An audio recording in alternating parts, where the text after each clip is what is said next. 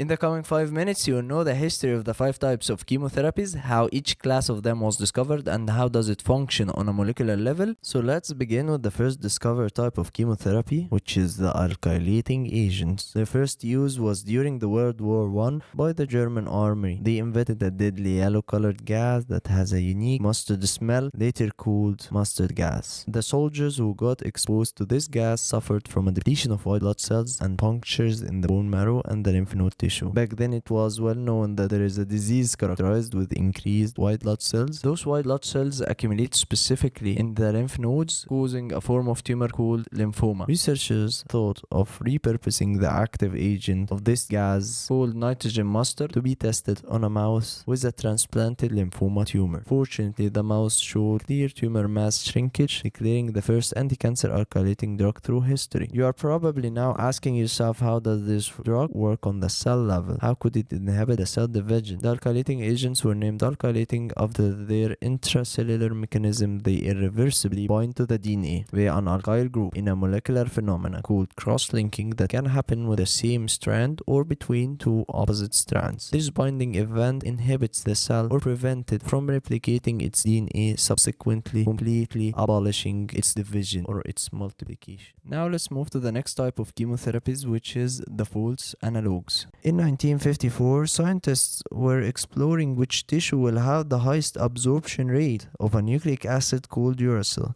that is used directly in RNA synthesis and indirectly in DNA synthesis after it gets converted into thymine. They found that uracil was weakly absorbed in mouse tissue except in only one place, which is the liver, specifically a mass inside the liver. This mass was a tumor. Back then it was well known that adding a fluoro group to a metabolite had an inhibitory effect. However, how specifically this inhibition can take place was not known at this time. They thought of why not to add a fluoro group to this uracil, given that it's specifically absorbed in the tumor tissue. They added on the 5th carbon, forming 5-fluorouracil, the first pyrimidine analog discovered in history that's still widely used. And surprisingly enough, it can be bought as a topical cream for certain types of skin cancer.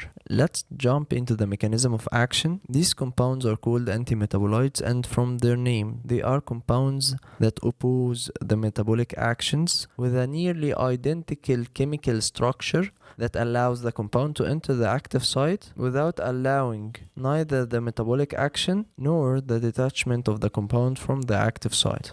Let's move to the third type of chemotherapies, which is the antibiotics. Right after Fleming's accidental discovery of penicillin, pharmaceutical industry was searching within both bacteria and yeast fermentation products for more antibiotics that can limit wound infection that was common in the Second World War. In 1952, they discovered an antibiotic called actinomycin C. Despite of its significant antibiotic effect against gram-positive bacteria, it caused severe toxicity in animals, which drew the researchers' attention towards its usage as an anti-tumorigenic agent. The anti-cancer antibiotics have three main mechanisms of action. First, they intercalate between the DNA base pairs, inhibiting the DNA replication process, similar to what was seen with the alkylating agents, except that these compounds neither bind via an alkyl group nor cross-link the DNA. The second mechanism is the overproduction of reactive oxygen species. Those are chemical compounds that can bind to the DNA, proteins, lipids, causing irreversible damage to the cell. The third mechanism is the inhibition of topoisomerase II. Simply put, this enzyme unwinds the supercoiling generated from either transcription or replication of the DNA.